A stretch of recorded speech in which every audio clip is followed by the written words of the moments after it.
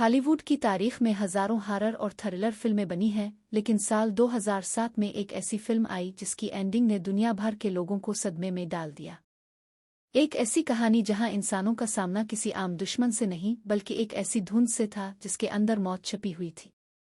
लेकिन इस फिल्म का सबसे बड़ा सबक ये था कि कभी-कभी बाहर खड़े मोनस्टर्स से ज्यादा खतरनाक वो इंसान बन जाते हैं जो हमारे साथ एक ही कमरे में बंद होते हैं।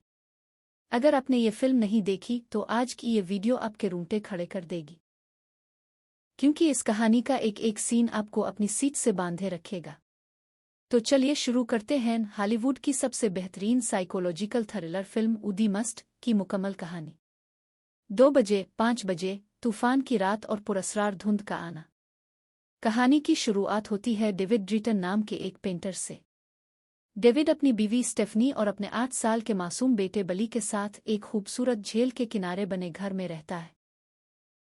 डेविड एक बहुत अच्छा आर्टिस्ट है और फिल्म के पहले ही सीन में हमें दिखाया जाता है कि वो अपने स्टूडियो में एक बड़ी पेंटिंग बना रहा है। लेकिन इसी रात मौसम अचानक करवट लेता है। एक बहुत ही हौलनाक तूफान पूरे शहर को अपनी लपेट में ले लेता है। बिजली कड़क रही है, तेज हवाएं चल रही हैं और डेविड का पूरा खानदान डर के मारे अपने घर के तहखाने यानी बेसमेंट में पनाह लेता है। तूफान इतना शदीद होता है कि रात भर घर की खिड़कियां टूटने और दरख्तों के गिरने की आवाजें आती रहती है। अगली सुबह जब सूरज निकलता है तो तूफान थम चुका था। डेविड और उसकी बीवी स्टेफनी बाहर आकर देखते हैं कि उनके घर का बहुत नुकसान हुआ है। उनके शीशे वाले स्टूडियो पर एक बहुत बड़ा दरख्त गिर चुका है, जिसकी वजह से डेविड की मेहनत बर्बाद हो जाती है।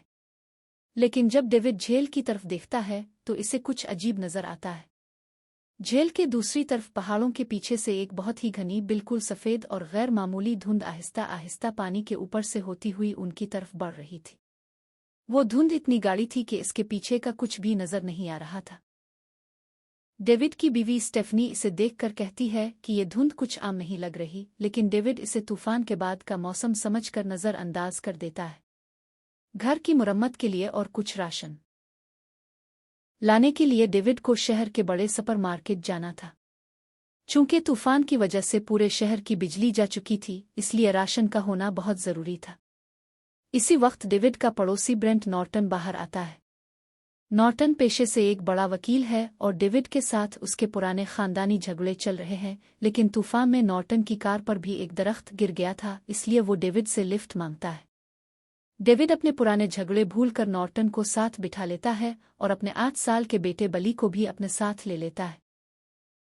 वो अपनी बीवी स्टेफनी को घर पर ही अकेला छोड़ देता है और कहता है कि हम बस चंद घंटों में सौदा सलफ लेकर वापस आ जाएंगे। कार स्टार्ट होती है और वो शहर की तरफ निकल जाते हैं। रास्ते में वो देखते हैं कि मिलिट्री की कई गाड़ियां और ट्रक बहुत तेजी से पहाड़ियों की तरफ जा रहे हैं, जिसे देखकर डेविड को थोड़ी हैरत होती है। 5 बजे 8 बजे सुपरमार्केट में आमद और इमरजेंसी का माहौल। जब डेविड, इसका बेटा बली और नॉर्टन शहर के सबसे बड़े सुपरमार्केट पहुंचते हैं तो वहां का माहौल पहले ही बहुत अजीब था। पूरे शहर के लोग वहां जमा थे क्योंकि बिजली न होने की वजह से सबके घरों का फ्रिज बंद था और लोग डब्बों में बंद खाना और मोमबत्तियां खरीदने के लिए लाइनों में खड़े थे। सुपरमार्केट के अंदर लोगों की बहस चल रही है। मैनेजर सबको संभालने की कोशिश कर रहा है। डेविड और उसका बेटा एक ट्राली लेकर सामान इकट्ठा करना शुरू करते हैं। इसी दौरान सुपरमार्केट के बाहर अचानक फायर ब्रिगेड, पुलिस और मिलिट्री की गाड़ियां सायरन बजाती हुई भागने लगती है। दुकान के अंदर मौजूद लोग शीशे के बड़े दरवाजों से बाहर देखने लगते हैं कि आखिर क्या हुआ है। तभी पूरे शहर में एक तेज इमरजेंसी सायरन गूंजने लगता है, जो किसी बड़े खतरे की निशानी था। लोग अभी ये समझ ही रहे थे कि क्या हुआ है कि अचानक बाहर की सड़क से एक बूढ़ा आदमी, जिसका नाम डैन मिलर था, पागलों की तरह सुपरमार्केट की तरफ भागता हुआ आता है। इसका चेहरा खौफ से पीला हो चुका था और उसकी नाक से खून बह रहा था।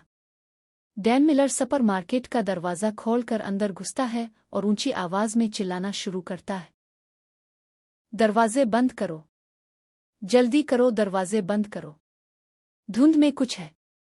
धुंध में कुछ ऐसा है जो लोगों को उठाकर ले जा रहा है, मेरी आंखों के सामने। जान को इसने खींच लिया। खुदा के लिए दरवाजे बंद करो। डैन मिलर की ये हालत और उसकी बातें सुनकर सुपरमार्केट के अंदर मौजूद 50-60 लोगों में सनसनी फैल जाती है। लोग डर के मारे यहाँ वहाँ भागने लगते हैं।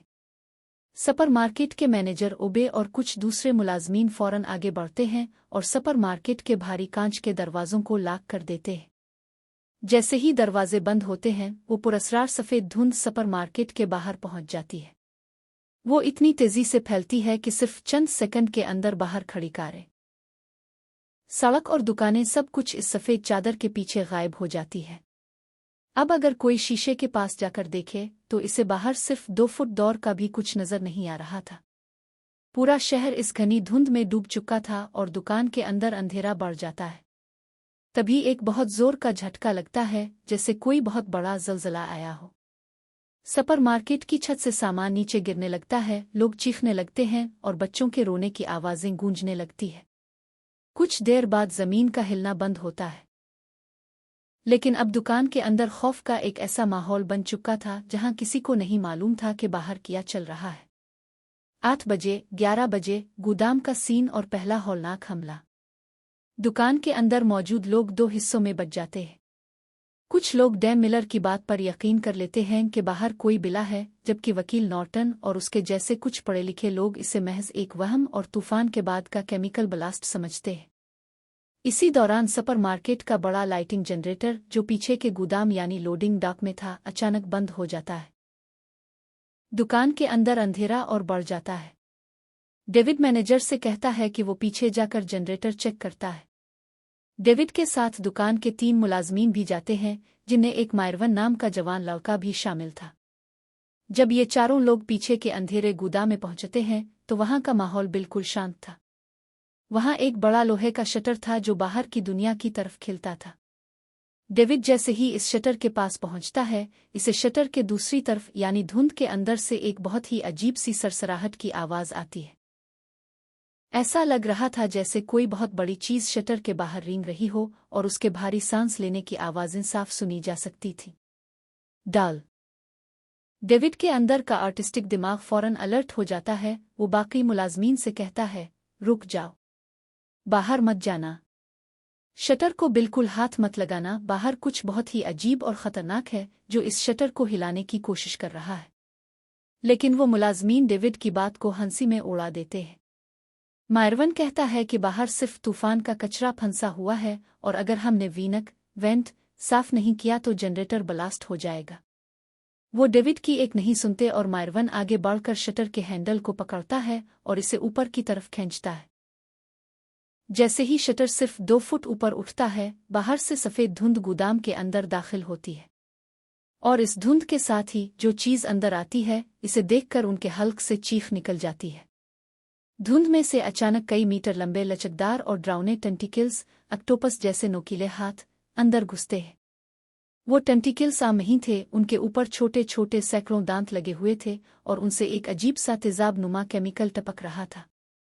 इससे पहले कि कोई कुछ समझ पाता, एक बड़ा टेंटेकल मायरवन के पीर को जकड़ लेता है और इसे जमीन पर गिरा देता है। मायरवन दर्द और खौफ से बुरी तरह चलाता है, मुझे बचाओ, ये मुझे खींच रहा है। वो टेंटिकल्स मायरवन के गोश्त में अपने दांत गाड़ देते हैं और उसका खून बहने लगता है। डेविड और बाकी मुलाजमीन पागलों की तरह मायरवन को बचाने के लिए आगे बढ़ते हैं। डेविड पास पड़ी एक कुल्हाड़ी उठाता है और मूनसिटर के इस टेंटेकल पर जोर से वार करता है। कुल्हाड़ी लगते ही इस बाजू से काला खून निकलता है और वो मूनसिटर गुस्से में मायरवन को और तेजी से बाहर की तरफ खींचता है। मायरवन के हाथ जमीन पर रगड़ खाते हैं। वो लोहे के शटर को पकड़ने की कोशिश करता है, लेकिन इस मूनसिटर की ताकत के आगे वो बेबस था। वो विशलकाय बाजू मायरवन को शटर के नीचे से खींचकर बाहर इस घनी धुंध में ले जाता है। बाहर से मायरवन की एक आखिरी हौलनाक चीख सुनाई देती है और फिर सब कुछ शांत हो जाता है। डेविड फौरन आगे बढ़कर शटर को नीचे गिराता है और इसे लॉक कर देता है। गोदाम के अंदर अब सिर्फ मायरवन का खून बिखरा हुआ था और डेविड समेत बाकी तीनों लोग खौफ से कांप रहे थे, क्योंकि अब उन्होंने अपनी आंखों से देख लिया था कि इस धुंध के अंदर इंसानों का शिकार करने वाली मौत घूम रही है। गोदाम का शटर गिराने के बाद डेविड और बाकी लोग कार में वहां से निकल जाते हैं, लेकिन कुछ देर बाद ही कार का पेट्रोल खत्म हो जाता है। जब उन्हें चारों तरफ इफरीत नजर आते हैं तो डेविड को एहसास होता है कि इसकी बंदूक में सिर्फ 4 गोलियां हैं, जबकि कार में 5 लोग बैठे थे। कोई चारा ना देखकर डेविड ने अपने बेटे समेत बाकी सबको गोली मार दी ताकि वो इफ्रीतों का शिकार ना बने। डेविड खुद जिंदा रह जाता है और तभी वहां फौज आ पहुंचती है, धुंध को हटा देती है और इसे पता है कि अगर वो थोड़ा और सब्र करता तो सब बच सकते थे।